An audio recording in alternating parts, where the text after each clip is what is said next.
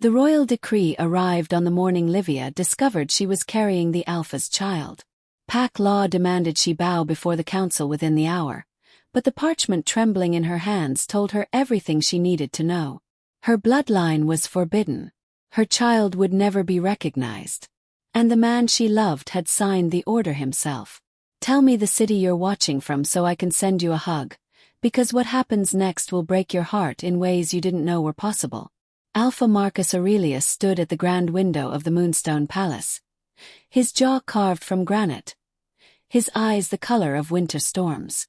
Behind him, the council members whispered like serpents in silk robes. They'd spent 3 hours debating the fate of a woman who wasn't even present to defend herself. 3 hours deciding whether the Luna who'd saved half their warriors from the southern plague deserved to live. She carries your heir, Elder Cassius said, his voice dripping with disgust. An heir born of forbidden bloodline. The blood oath your father swore cannot be broken, Marcus. You know the law. Marcus didn't turn from the window. Beyond the glass, the first snow of winter painted the forest white. Somewhere in those woods, Livia was running. He could feel her panic through the mate bond, a razor dragging across his ribs with every breath she took. She didn't know, he said quietly. Ignorance doesn't absolve treason. That was Cornelia, the pack's high priestess, her silver hair braided with bone beads that clicked when she moved. Her grandmother was exiled for conspiring against your bloodline. The decree was absolute. No descendant of House Corvus shall ever mate with House Aurelius. The punishment is death. The word hung in the marble chamber like smoke. Marcus finally turned. His face betrayed nothing, but his knuckles were white where they gripped the window ledge. I will handle this. You will obey pack law, Cassius snapped. Or you will forfeit your own claim to the throne. The throne. Always the throne. Marcus had worn the Alpha crown for 7 years. Had led their people through wars and famines and political nightmares that would have destroyed weaker men. But none of it meant anything if he couldn't protect the one person who'd made him feel human again. Summon her, he said. The council erupted in protests, but Marcus silenced them with a single raised hand. The Alpha command rolled through the room like thunder, pressing down on every wolf until their heads bowed in submission. Summon her. Livia stood at the edge of the frozen lake, her breath misting in the winter air. She wore only the nightgown she'd fled in, her feet bare and bleeding on the ice. The mate bond pulled at her chest like a fishhook, urging her to return, to explain, to beg for mercy she knew she wouldn't receive. But she wasn't running anymore. Her hand moved to her stomach, still flat, still showing no evidence of the life growing inside. A life that shouldn't exist. A life that violated every sacred law the Pax had honored for 300 years. She'd known, of course. Known the moment she'd first met Marcus at the Harvest Festival 2 years ago. Known when he'd approached her with that devastating smile. His presence so overwhelming it had made her knees weak. Known when he'd whispered her name like a prayer and kissed her under the blood moon. She'd known her grandmother's story. Exile. Curse. The blood oath sworn in wolf's blood and sealed with ancient magic.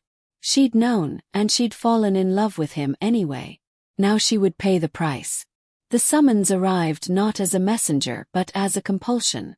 The mate bond flared white-hot, and Livia gasped as her feet moved without her permission. The Alpha had called, and her wolf had no choice but to answer. She walked through the forest like a ghost, her nightgown catching on thorns, her bare feet leaving bloody prints in the snow. When she emerged from the tree line, the Moonstone Palace rose before her like a cathedral of judgment. Its white towers pierced the gray sky, and from every window eyes watched her approach. The pack had gathered. They lined the courtyard in absolute silence, hundreds of wolves standing witness as their Luna walked the path of the condemned. Livia kept her chin high, her shoulders back. She was going to die, she would die with dignity. The palace doors opened before she could knock. Inside, Marcus waited. He looked like a king carved from ice. His formal robes were black as midnight, embroidered with silver wolves that seemed to move in the torchlight. His crown, a circlet of white gold and moonstones, sat heavy on his brow. But it was his eyes that destroyed her. Those storm-gray eyes that had once looked at her with such tenderness now held nothing but cold authority. "Kneel," Elder Cassius commanded. Livia didn't move. She met Marcus's gaze and held it, searching for any trace of the man who'd held her through nightmares, who'd laughed with her in the rain, who'd sworn he would burn the world down before he let anyone hurt her. She found only the Alpha. "I said kneel." Cassius raised his staff, the ancient wood crackling with power. "Let her stand," Marcus said. The council exchanged looks of surprise, but no one dared argue. Marcus descended the marble steps slowly, each footfall echoing through the silent chamber. When he reached Livia, he stopped close enough that she could feel the heat radiating from his body. Close enough to smell cedar and smoke and winter. Close enough to break her heart all over again. "You knew," he said. Not a question. An accusation. "Yes." The admission rippled through the crowd like wind through grass. Whispers. Someone sobbed. Marcus's jaw tightened. "You knew the blood oath. You knew what would happen if our bloodlines mixed." "I knew." "Then why?" His voice cracked on the word, and for just a moment, she saw past the alpha mask. She saw Marcus. Her Marcus. Desperate and furious and terrified. Livia smiled. It was a small, sad thing that didn't reach her eyes. "Because I loved you more than I feared death." The confession hung between them like a blade. Marcus stared at her, his chest rising and falling with controlled breaths. Then he turned to the council, his face hardening into something inhuman. "She admits her crime. Pack law is clear. The sentence is death." Livia's knees nearly buckled, but she forced herself to remain standing. She'd known this was coming. Had known from the moment she saw that royal decree that Marcus would choose his throne over her heart. But knowing didn't make it hurt any less. "The execution will take place at dawn," Marcus continued. "In accordance with tradition, the Alpha will carry out the sentence personally." Personally. He would kill her himself. Cornelia stepped forward, her bone beads clicking. "And the child?" "The child," Marcus said slowly, "will die with its mother." They locked Livia in the North Tower, in a room so cold she could see her breath. No fire. No blankets. No mercy. Just stone walls and a single window that overlooked the courtyard where she would die in 6 hours. She sat on the floor, her back against the wall, her hand on her stomach. The baby couldn't have been more than a few weeks old, barely more than a cluster of cells. But already, she loved it with a ferocity that terrified her. "I'm sorry," she whispered. "I'm so sorry I couldn't protect you." The door opened. Livia expected a guard, but instead, Claudia slipped inside. The beta female was small and fierce, with dark hair and darker eyes. She'd been Livia's friend since childhood, one of the few pack members who'd never treated her like an outsider. 5 minutes, Claudia said, closing the door behind her. "That's all the time I could buy." "Why are you here?" "To give you this." Claudia pulled a small vial from her cloak. The liquid inside glowed pale blue in the moonlight. "Wolfsbane extract. Quick, painless. You won't feel anything." Livia stared at the vial. "You want me to kill myself. I want you to choose your own death." Claudia's voice broke. "Marcus won't make it quick, Livia. He can't. Pack law requires the execution to be public and prolonged. He'll have to make you suffer to satisfy the council." "He wouldn't. He has no choice." Claudia grabbed her shoulders. "Don't you understand? If he shows you mercy, they'll strip him of his title. They'll execute him too. And then they'll hunt down anyone associated with your bloodline and slaughter them like animals. Your cousins, your aunt, everyone." Livia's breath caught. She hadn't thought about her family. Hadn't considered that her crime would paint them all as traitors. "Take it." Claudia pressed the vial into her hand. "Please. Don't make him do this."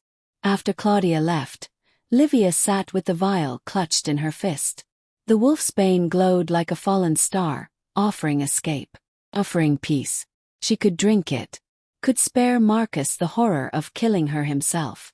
Could save her child from whatever brutal execution the council had planned. But something in her chest, some stubborn, furious part of her wolf, refused to give them the satisfaction. She set the vial on the windowsill and watched the moon rise. Marcus didn't sleep.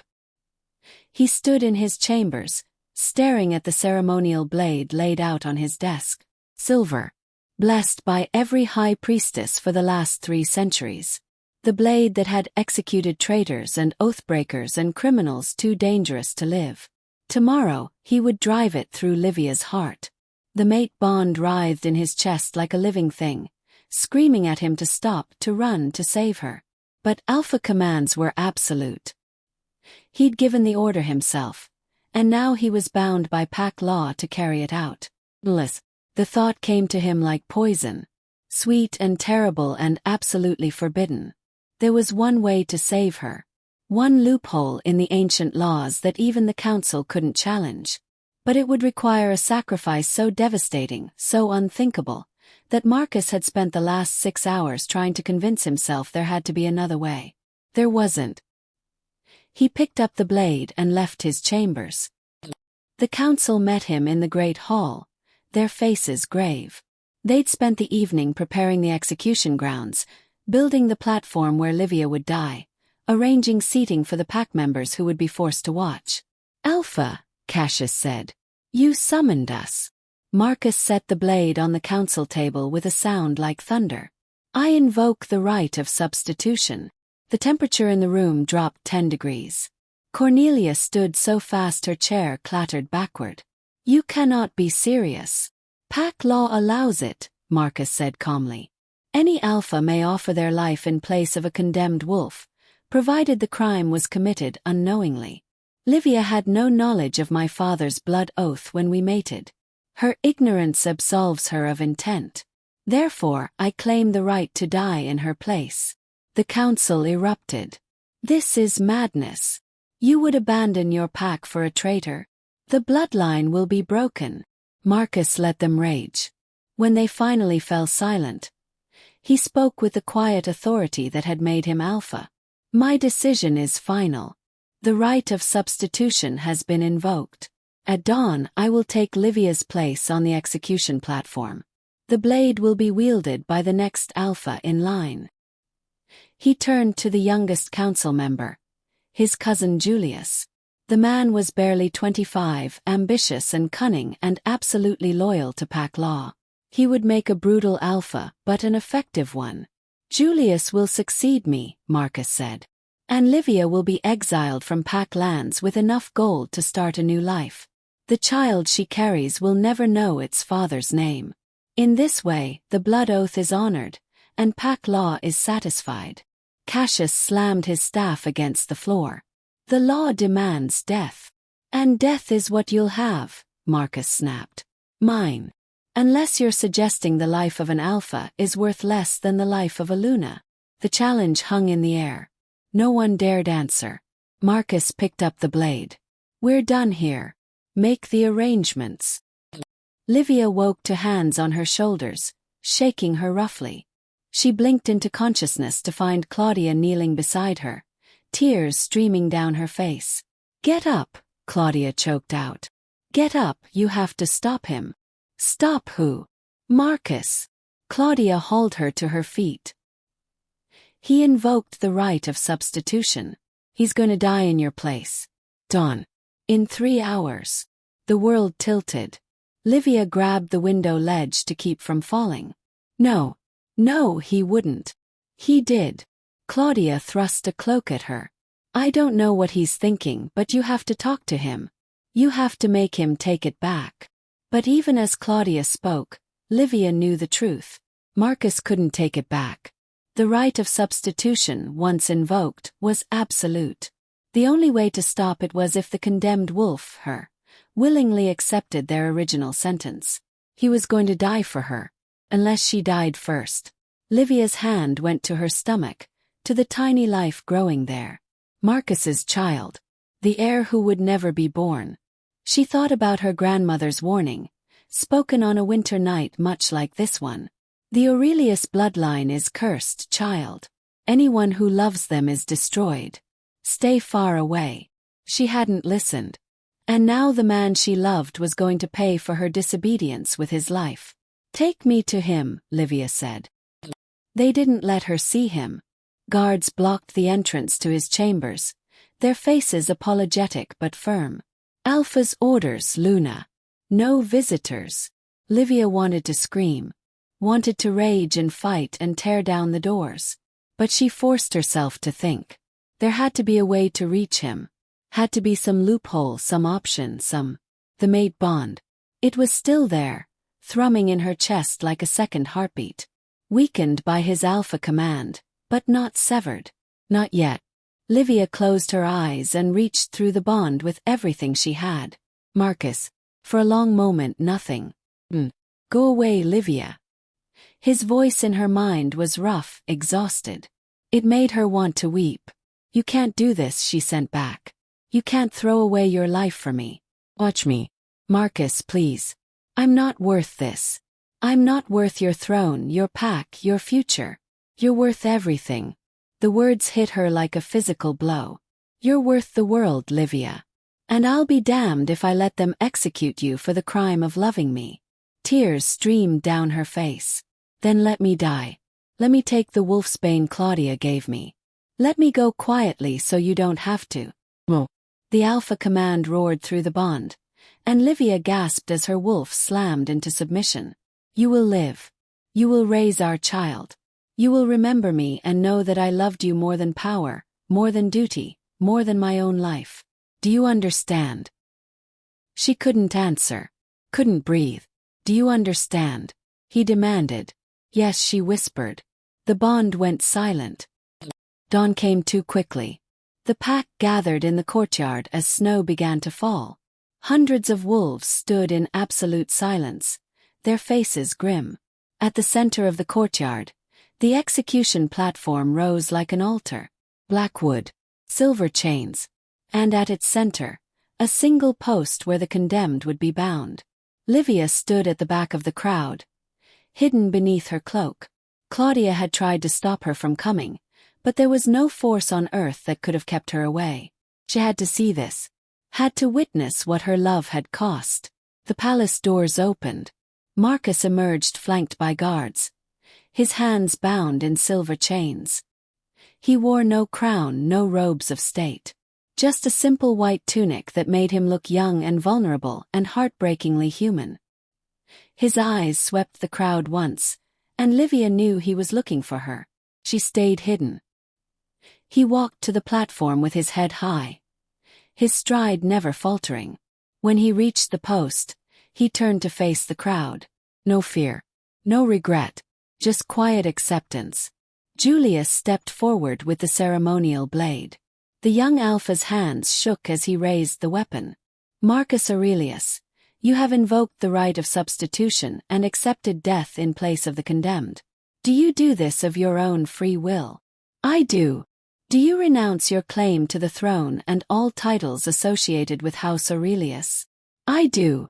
Do you accept that your death will honor the blood oath and absolve the Luna Livia of all crimes? Marcus's jaw tightened. Then quietly, I do. Julius looked like he might be sick, but he positioned the blade over Marcus's heart. Then by the power vested in me as the heir apparent, I... Stop! The word cracked through the courtyard like lightning. Every head turned.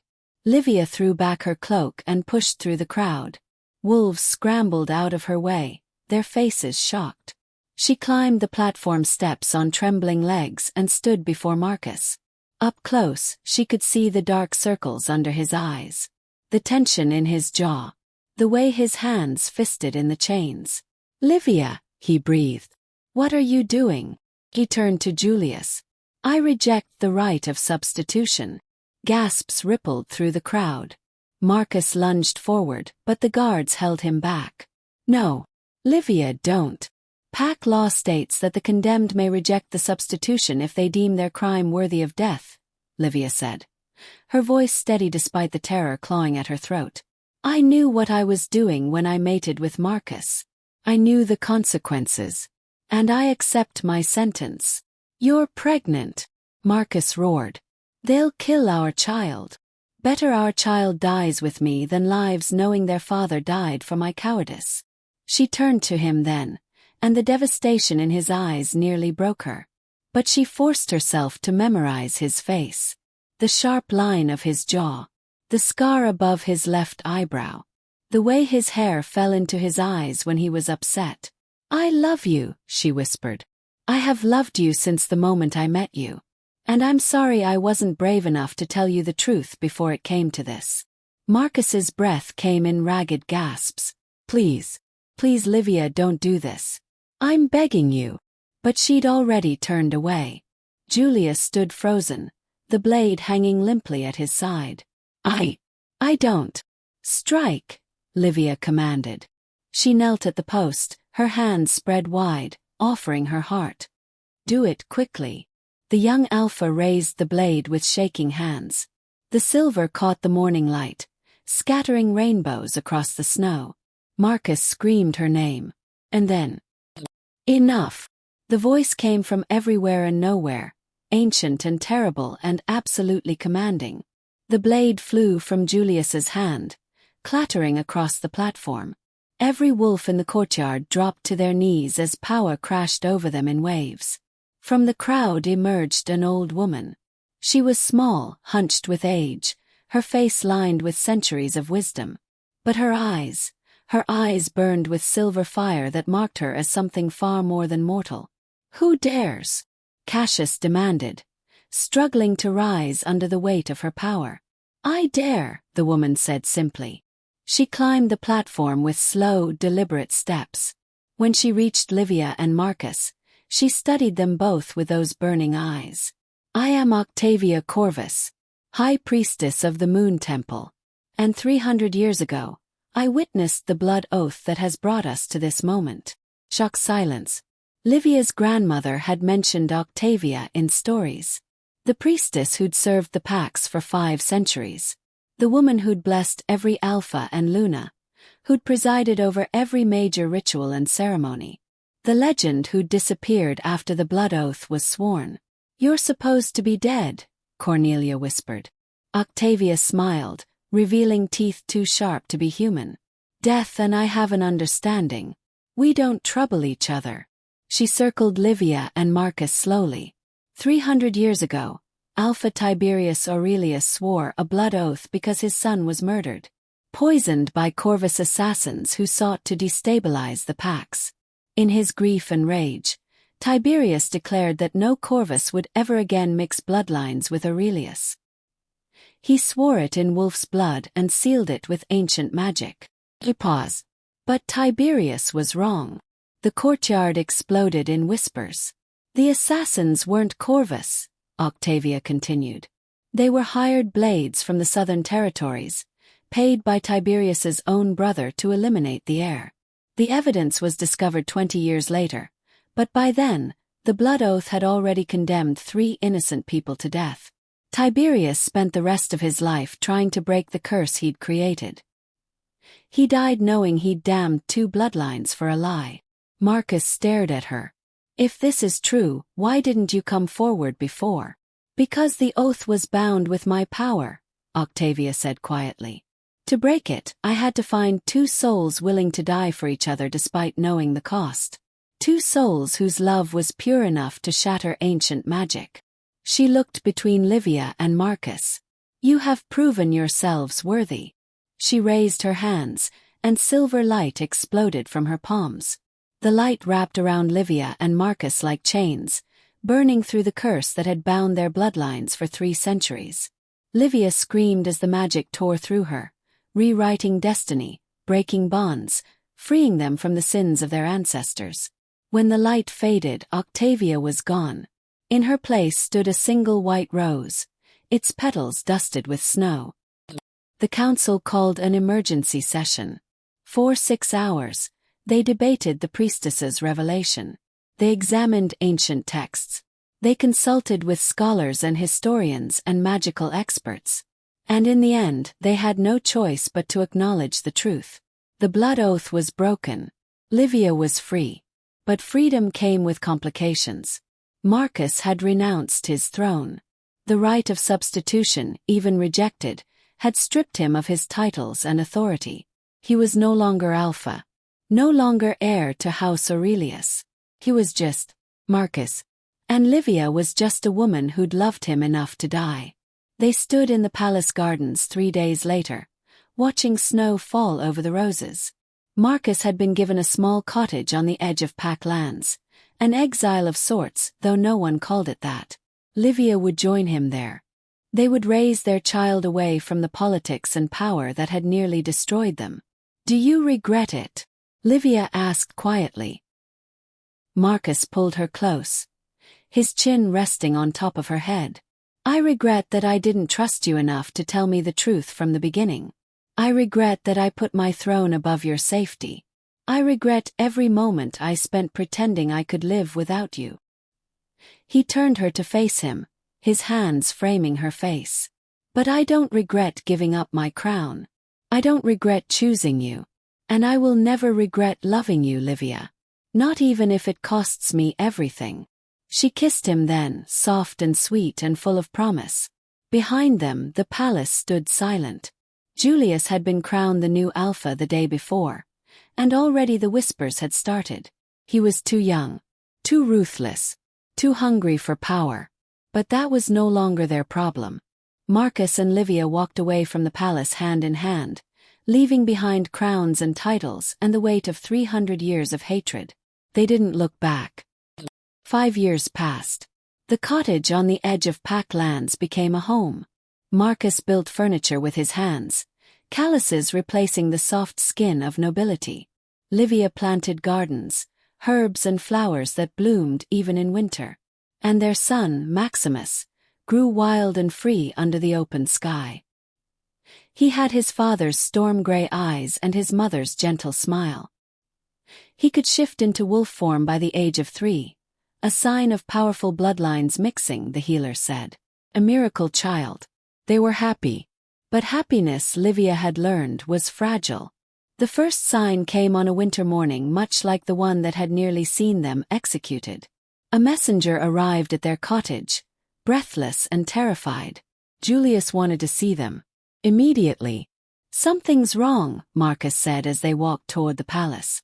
Maximus rode on his shoulders, laughing and reaching for snowflakes. "Julius hasn't summoned me in 5 years. Why now?" They found their answer in the great hall. The council sat in emergency session, their faces grave. And at the center of the room, bound in silver chains and bloodied from torture, knelt Claudia. "No," Livia breathed. Julius stood from his throne. In 5 years, he'd grown into his role as Alpha. Harder, colder, more like the man Marcus might have become if love hadn't saved him. "She's been accused of conspiring against the throne. Treason.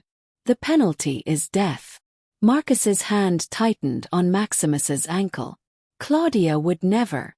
She was caught with documents detailing a plot to overthrow me," Julius interrupted. "To reinstate you as Alpha and return the throne to House Aurelius." The words hung in the air like poison. Claudia raised her head, her face bruised and swollen. But her eyes found Livia's and held them. And in that moment Livia saw the truth. Claudia wasn't guilty. She was being framed. "Why are you telling us this?" Livia asked carefully. Julius smiled. It didn't reach his eyes. "Because I'm offering you a choice. Claudia can die for her crimes. Or," he paused, "you can come back, Marcus. Take the throne. Marry a proper Luna from an approved bloodline. And Claudia goes free. You want me to leave my family. I want you to do your duty to the pack," Julius snapped. "I've been Alpha for 5 years, and in that time I've watched this pack fracture. Half the wolves still whisper your name. Still believe you should be leading them. They call you the true Alpha. They say I stole your crown. I gave it up willingly. And now I'm giving you the chance to take it back." Julius gestured to Claudia. "Save your friend. Save your pack. All you have to do is walk away from the woman who nearly destroyed you. Livia felt the blood drain from her face. Marcus set Maximus down and turned to face Julius. When he spoke, his voice was quiet. Dangerous. You staged this. You planted those documents. Can you prove it? I don't have to. I can see it in your eyes. Marcus took a step forward. You're afraid, Julius. Afraid that the pack will never truly accept you. Afraid that no matter how good an alpha you are, you'll always be seen as second best. So you create a crisis. Force me to choose between my family and my duty. If I refuse, you execute Claudia and I look like a coward. If I accept, you've proven you're the more ruthless leader. Julius's smile faltered. But you made one mistake, Marcus continued. You forgot that I already chose. 5 years ago. And nothing you do will ever make me regret that choice. He turned to Claudia. I'm sorry, old friend. Claudia's face crumpled, but she nodded. I understand. No, Livia said. Both men turned to stare at her. Livia stepped forward, her heart hammering. I'll do it. Livia. I'll take her place. She met Julius's eyes. Let Claudia go. Let Marcus keep his family. And I'll stand trial for her crimes. The hall erupted in chaos. Marcus grabbed her arm. Have you lost your mind? She's my friend, Livia said simply. And this is my fault.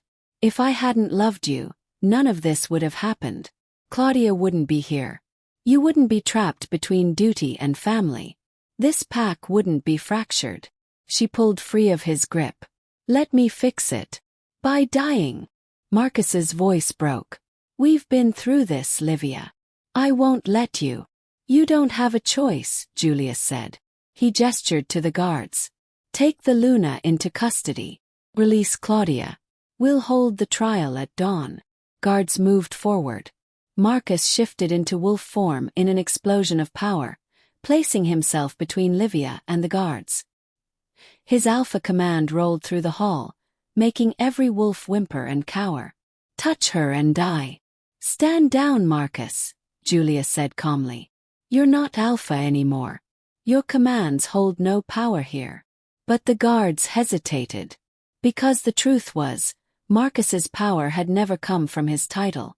It had come from who he was. A leader who inspired loyalty not through fear, but through love. A man who'd given up everything for the people he cared about. The guards saw that. Pax saw that. And in that moment, everyone in the hall understood why Julius was so afraid. Well, Julius said into the tense silence. This is inconvenient. He raised his hand and shadows poured from his palms. Dark magic. Forbidden magic. The kind that corrupted the soul and turned wolves into monsters. Marcus barely had time to shout a warning before the shadows slammed into him, throwing him across the hall. He hit the marble wall with a sickening crack and collapsed, unconscious. No! Livia lunged forward, but guards caught her arms. Julius descended from his throne, shadows writhing around him like serpents. I didn't want it to come to this. I really didn't. But you've left me no choice. He touched Maximus's head. The little boy went rigid, his eyes rolling back. When he looked up again, they were black as pitch. Corrupted. Possessed. You have 1 hour, Julius said pleasantly. 1 hour to decide. Return to me as my Luna, Marcus. Swear your loyalty. Renounce your son and your former mate. Or the dark magic I've placed in the boy will consume him from the inside out. He'll become a monster. And you'll have to kill him yourself to save the pack. He looked at Livia, still struggling in the guard's grip. The choice is yours. They locked Livia in the North Tower again. Full circle, she thought bitterly. 5 years later and here she was, waiting to die. Watching snow fall through a barred window. Wondering if the man she loved would sacrifice everything to save her. Or if this time love wouldn't be enough. The door opened. Marcus limped in, his face bruised. His arm hanging at an awkward angle. Behind him, Claudia supported his weight, her own face a mask of fury and grief. "How's Maximus?" Livia asked immediately. "Fighting it," Marcus said. "But Julius is right. The dark magic is spreading. If we don't remove it soon." He didn't finish. Didn't have to. Livia's hand shook. "Then do what he says. Go back. Take the throne. Save our son. And lose you." Marcus laughed bitterly. "Julius isn't offering me a choice, Livia. He's offering me a different kind of death. He knows that if I go back, if I renounce you and Maximus, it will destroy me. I'll become exactly the kind of alpha I swore I'd never be. Cold, ruthless, empty. But you'll be alive." "Will I?" He caught her hands. "I died the day I thought I'd have to execute you. The only thing that brought me back was choosing love over power. If I go back now, I won't survive it." "Not really." Tears streamed down Livia's face. "Then what do? "We fight," Claudia said. Both of them turned to stare at her. She stepped forward, her eyes hard. "I've been investigating Julius for 3 years. He's been using dark magic to consolidate power, to eliminate anyone who questions his authority. He has a network of spies and assassins. And he's been planning this moment since the day he took the throne." "Why didn't you tell me?" Marcus demanded. "Because I knew you'd try to stop him. And then he'd kill you." Claudia pulled a small leather journal from her cloak. "But I have proof. Every transaction. Every murder. Every deal he made with dark entities to gain power. If we can get this to the council." "They won't believe us," Marcus finished. "Half the council is in Julius's pocket. The other half is too terrified to act." "Then we don't go to the council," Claudia said. "We go to the pack." The plan was suicide. That's what Marcus said when Claudia laid it out. Absolute suicide. But as he listened, as he saw the fierce determination in her eyes, he began to understand. Sometimes the only way to win was to burn everything down and rebuild from the ashes. They had 45 minutes before Julius's deadline expired. 45 minutes to save their son, expose a corrupt alpha, and somehow survive what came next. Marcus turned to Livia. "If this goes wrong." "It won't," she said firmly. "But if it does, then we die together." She took his face in her hands. "No more sacrifices. No more choosing between love and duty. We stand together, or we fall together." He kissed her then, deep and desperate, pouring 5 years of love and fear and gratitude into that single moment. When they broke apart, his eyes were wet. "Together," he whispered. They slipped out of the tower using the same servant passages Claudia had used 5 years ago. The palace was chaos. Guards running everywhere, council members shouting orders, pack members gathering in frightened clusters. No one noticed 3 figures moving through the shadows. They emerged in the courtyard where Marcus had nearly died.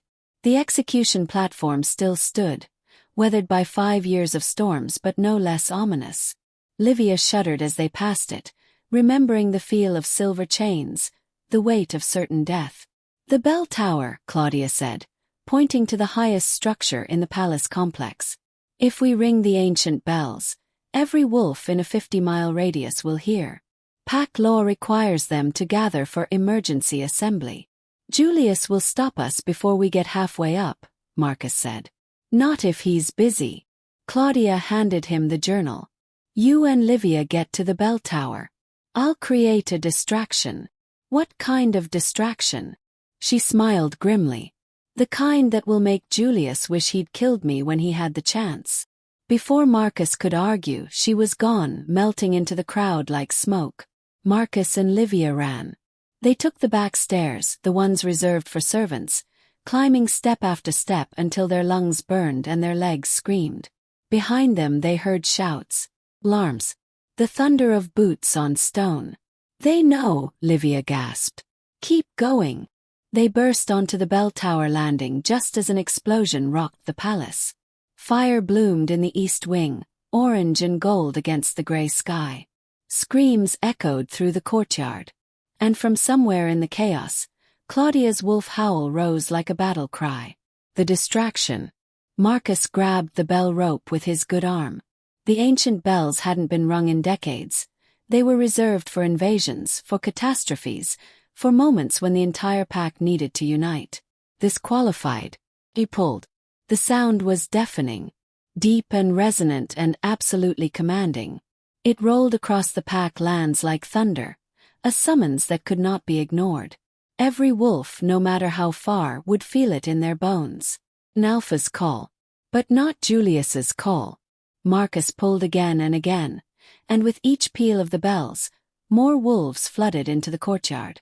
Hundreds, thousands, every member of the pack dropping what they were doing and racing toward the palace. "What are you doing?" Julius's voice cracked like a whip. He stood in the tower doorway, shadows writhing around him, his eyes black with dark magic. Behind him, guards poured onto the landing, weapons drawn. Marcus released the rope and stepped in front of Livia. "Calling my pack. They're not your pack anymore. Then why do they answer when I call?" Marcus gestured to the courtyard below, where wolves filled every available space. Thousands of faces turned up toward the bell tower, waiting, watching. Julius's face contorted with rage. He raised his hand, shadows gathering into razor-sharp blades. "I'll kill you both and tell the pack you attacked me. They'll believe they're alpha. Will they?"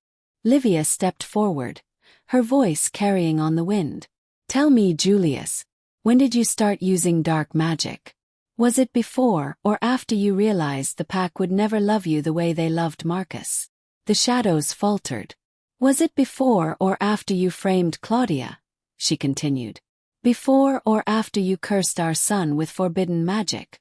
Before or after you became the very monster you swore to protect the pack from?" "You know nothing," Julius snarled. "I know you're afraid." Livia's voice was gentle, pitying. "I know you spent 5 years trying to be someone you're not, trying to fill shoes that were never meant for you. And I know that no amount of power or dark magic will ever make you feel worthy of the crown you stole." The shadows exploded outward. Marcus barely had time to shift into wolf form before the dark magic slammed into him. It wrapped around his throat like a noose, lifting him off the ground, crushing the air from his lungs. Livia screamed. Below, the pack erupted in chaos. And then, a white wolf burst through the guards. Claudia, her fur matted with blood, her eyes blazing with fury. She launched herself at Julius, jaws snapping for his throat. He threw up a shield of shadows, but she was faster, stronger, fueled by 5 years of watching her friend suffer under a corrupt alpha. She drove him backward, off the landing, over the railing. They fell together, a tangle of white fur and black shadows, plummeting toward the courtyard below. Marcus hit the ground gasping, the dark magic releasing him the moment Julius lost concentration. Livia was at his side instantly, her hands on his face, his chest, checking for injuries. "I'm fine," he choked out. "Claudia." They looked over the railing. Claudia lay broken on the cobblestones, her wolf form already shifting back to human. Blood pooled beneath her, too much blood. But she was smiling. And Julius?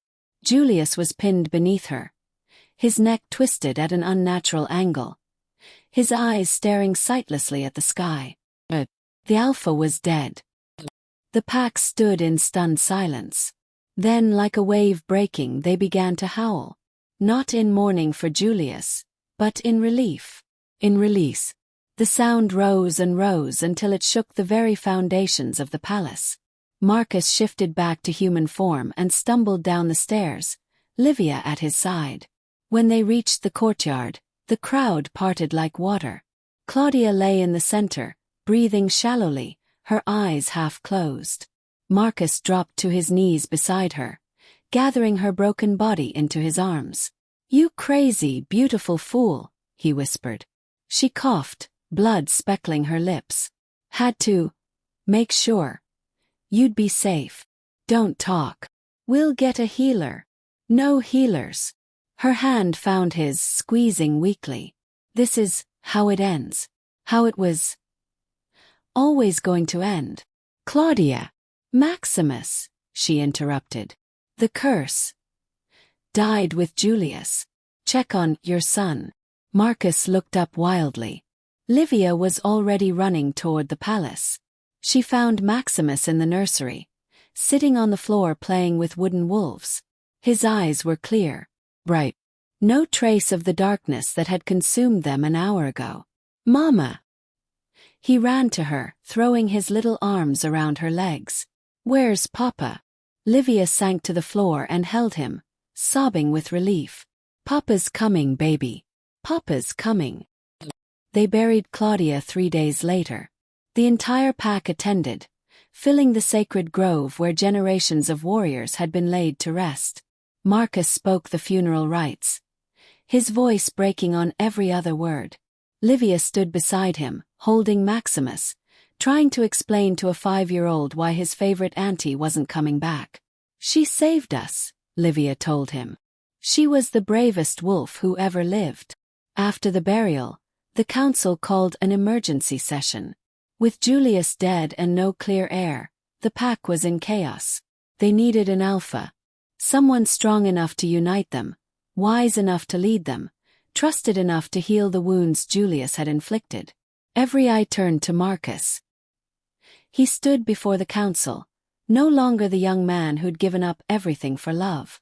5 years of living simply had changed him, made him harder, wiser, more human. I don't want the throne, he said quietly. The council exchanged glances.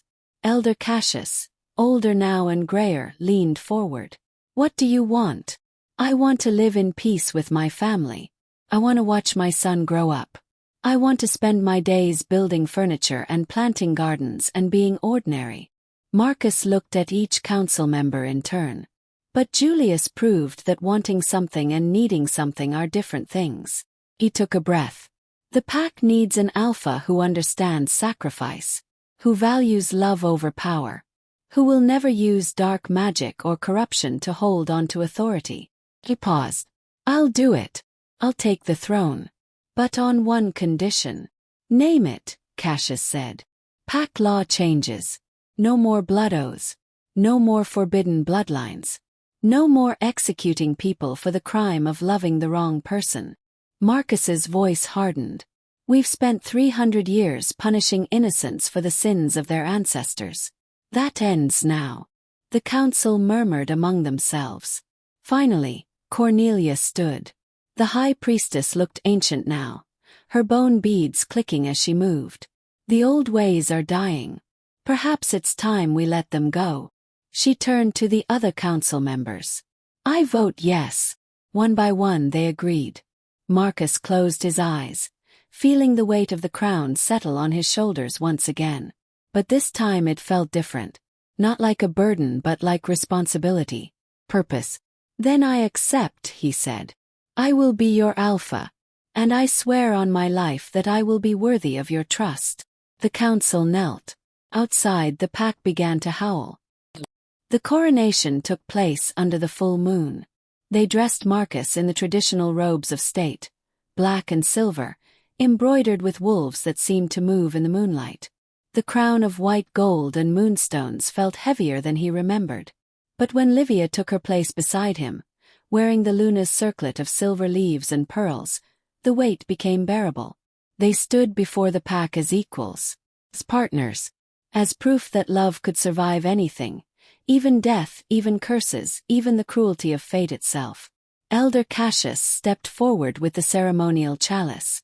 Do you, Marcus Aurelius, swear to lead this pack with wisdom and justice, to protect the weak and honor the strong, to value life above power and love above law? I do. Do you, Livia Corvus, swear to stand beside your alpha through darkness and light, to counsel him with honesty and challenge him with truth, to be the heart that guides when his head cannot see the way?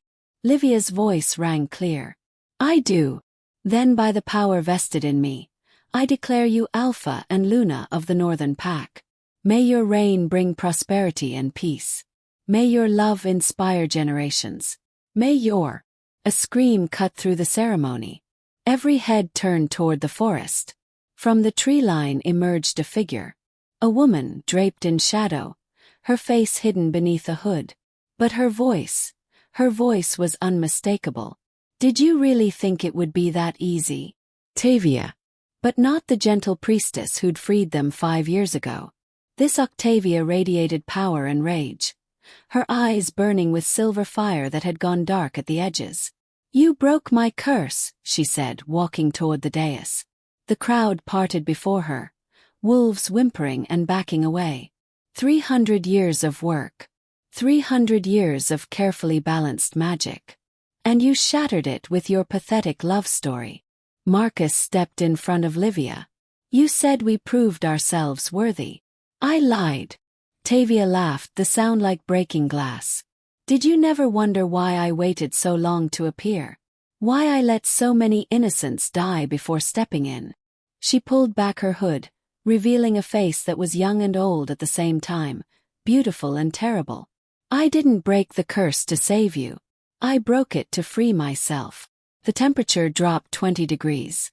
"The blood oath wasn't a punishment," she continued. "It was a prison. Tiberius bound me to it when I tried to stop him from making that foolish vow. For 300 years I've been trapped in stasis, unable to die, unable to truly live. The only way to break free was to find 2 souls willing to sacrifice everything for each other." She smiled, and it was the cruelest thing Livia had ever seen. "So thank you, Alpha Marcus. Thank you, Luna Livia. You freed me. And now..."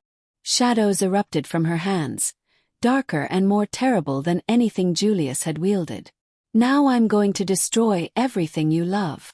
The shadows shot forward like spears. Marcus barely had time to throw up a shield before they struck. The impact drove him to his knees, the crown flying from his head. Livia screamed, trying to reach him, but guards pulled her back. "Run!" Marcus roared. "Get Maximus and run!" But Octavia was faster. She appeared beside Livia in a blur of shadow, her hand closing around the Luna's throat. "I don't think so. You see, I've learned something in 300 years of imprisonment. Love is weakness. Attachment is a chain. And the only way to be truly free," he squeezed, "is to cut away everything that binds you." Livia's vision went dark at the edges. And then, like pure white, blinding light that exploded from her chest and threw Octavia backward. The ancient priestess hit the ground hard, her shadows dissipating like smoke.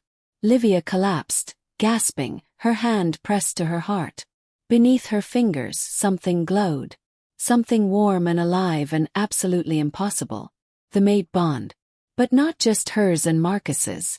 Every mated pair in the pack, their bonds suddenly visible, glowing threads of light connecting heart to heart, soul to soul. Hundreds of them. Thousands. A web of love and loyalty that covered the entire packlands.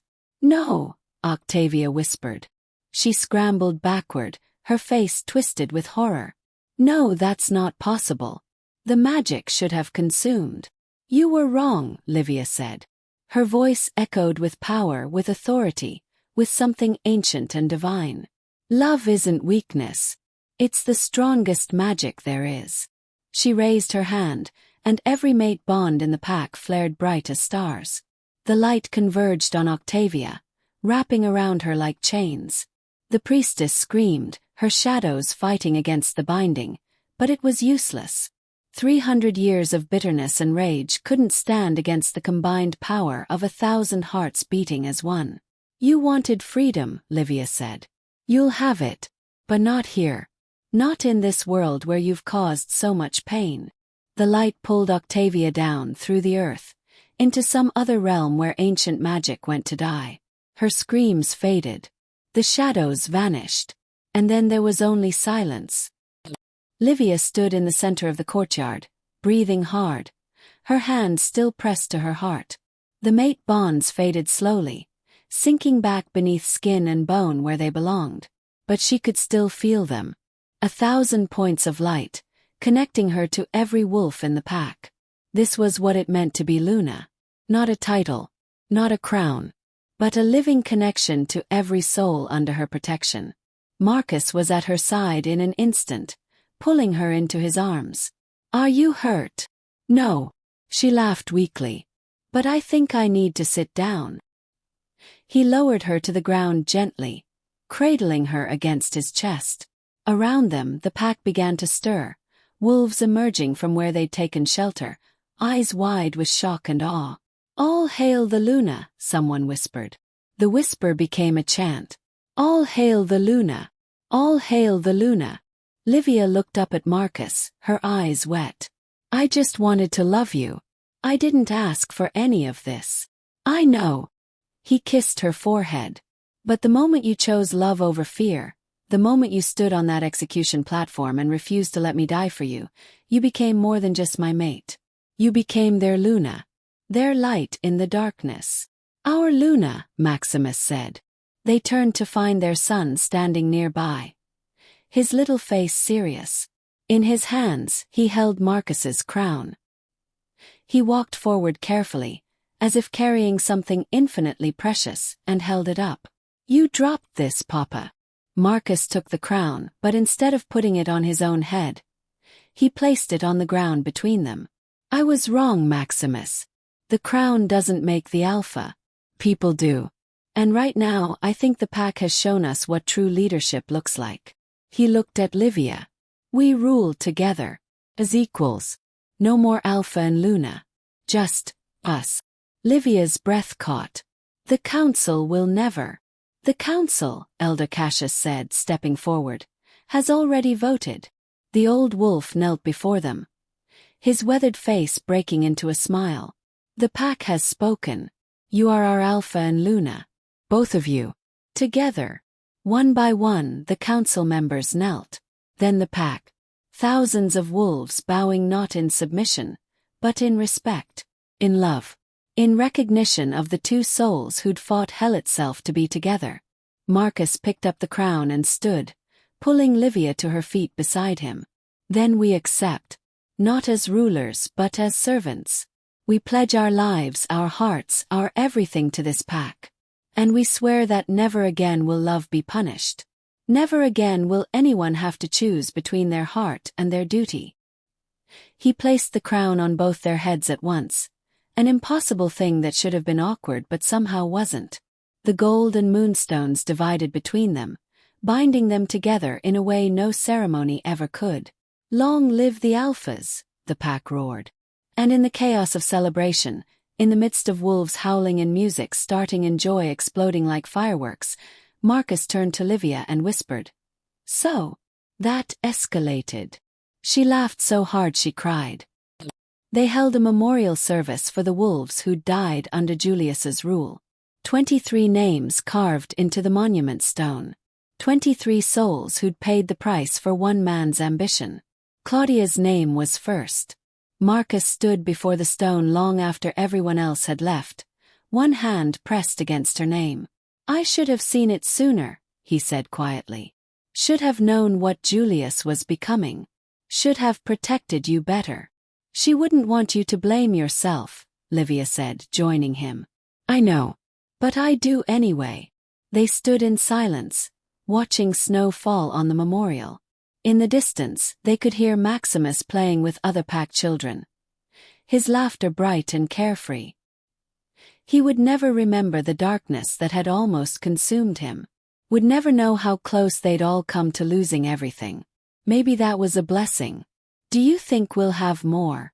Livia asked suddenly. Marcus turned to her. "More what?" "Children." She placed his hand on her stomach. "Because I'm pregnant again." The world stopped. Marcus stared at her, his mouth opening and closing soundlessly. Then he dropped to his knees, pressing his ear to her belly, his hands shaking. Are you serious?" "Found out this morning. About 8 weeks along." She ran her fingers through his hair. "What do you think?" He looked up at her with tears streaming down his face. "I think you're the most incredible woman who ever lived. I think I don't deserve you. I think," his voice broke, "I think I need to build another crib." She laughed and pulled him to his feet, kissing him deeply. "We're going to be okay, Marcus. All of us. Family. Pack. We survived the worst. Everything from here is just life. Just life, he echoed. And for the first time in years, the words didn't sound disappointing. They sounded perfect. 6 months later, Livia gave birth to twins. A girl with Marcus's storm-gray eyes and a boy with Livia's gentle smile. They named them Claudia and Tiberius, honoring both the friend who'd sacrificed everything and the alpha whose mistake had started it all. The pack celebrated for 3 days straight. And in the midst of the celebration, as Marcus held both babies while Maximus climbed onto his lap demanding to help, as Livia watched her family with love so fierce it hurt, she thought about how differently this could have ended. She could have died on that execution platform 5 years ago. Marcus could have chosen his throne over her life. They could have lost Maximus to Julius's curse. Octavia could have destroyed them all. But they'd survived. Not because they were strong or brave or special, but because they'd chosen love when choosing love was the hardest thing in the world. That night, after the babies were asleep and Maximus was tucked into bed, and the celebration had finally quieted to a gentle murmur, Marcus and Livia stood on their balcony overlooking the pack lands. "Do you ever regret it?" he asked. "Everything we went through." Livia leaned against him, breathing in cedar and smoke and winter. "Not even for a second. Even knowing what it cost. Especially knowing what it cost." She turned to face him. "We earned this happiness, Marcus. We fought for it, bled for it, nearly died for it. That makes it more precious than anything we could have been given." He kissed her then, soft and sweet and full of promise. And in that kiss was every moment they'd shared. Every sacrifice. Every choice. Every impossible victory. "I love you," he whispered against her lips. "I love you too. Always." Behind them, the palace glowed with warm light. Inside, their children slept safely. Around them, their pack flourished under leadership built on love instead of fear. They had everything they'd ever wanted. And they'd paid for it with everything they had. But in the shadows of the forest, something stirred. A figure emerged from between the trees, wrapped in darkness, its face hidden. It watched the palace with eyes that burned red as blood. Watched the happy couple on their balcony. Watched the lights and laughter and love. And it smiled. "Enjoy your peace while it lasts," the figure whispered. "The bloodline may be free, but the debt is not yet paid. 300 years of imprisonment demands payment. And I will collect." It melted back into the shadows, leaving only footprints in the snow. Footprints that glowed with dark magic. Footprints that led straight toward the nursery where the twins slept. Inside the palace, Livia's eyes snapped open. Something was wrong. Every instinct screamed at her to move, to check the babies, too. She was out of bed before Marcus could ask what was wrong, running down the hallway in her nightgown, her heart hammering. The nursery door was closed. That was wrong. They always left it open so they could hear if the babies cried. She threw open the door.